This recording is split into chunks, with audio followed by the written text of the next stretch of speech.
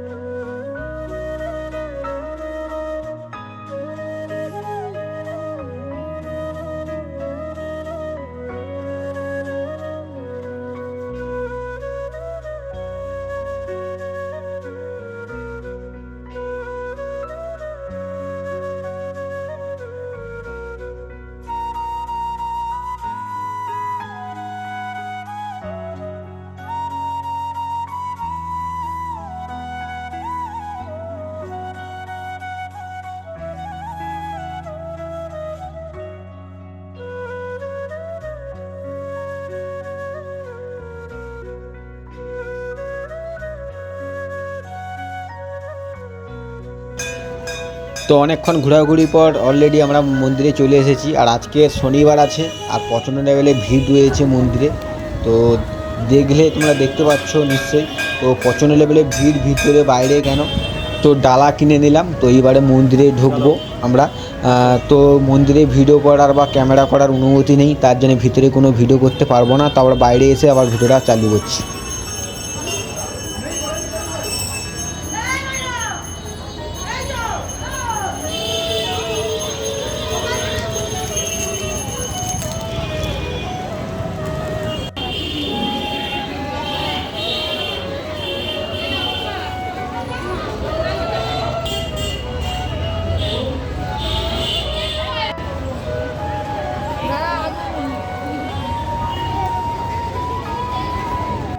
তো গাইস, এখন আমরা ছবি কিছু নিলাম আমার নিজের। এই দেখতে পাচ্ছ ক্যামেরাম্যান।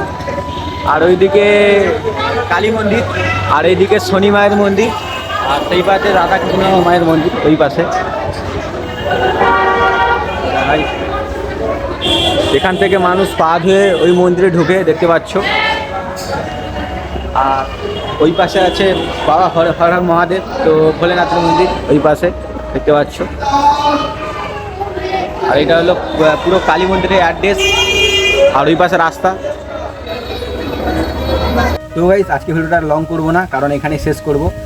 কারণ কালী মন্দিরে গেছিলাম, ওখানে একটু ভিড়ের জন্য বেশিক্ষণ আর ভিডিওটা করতে পারিনি। বাইরে আসার পর সরাসরি চলে এসেছি।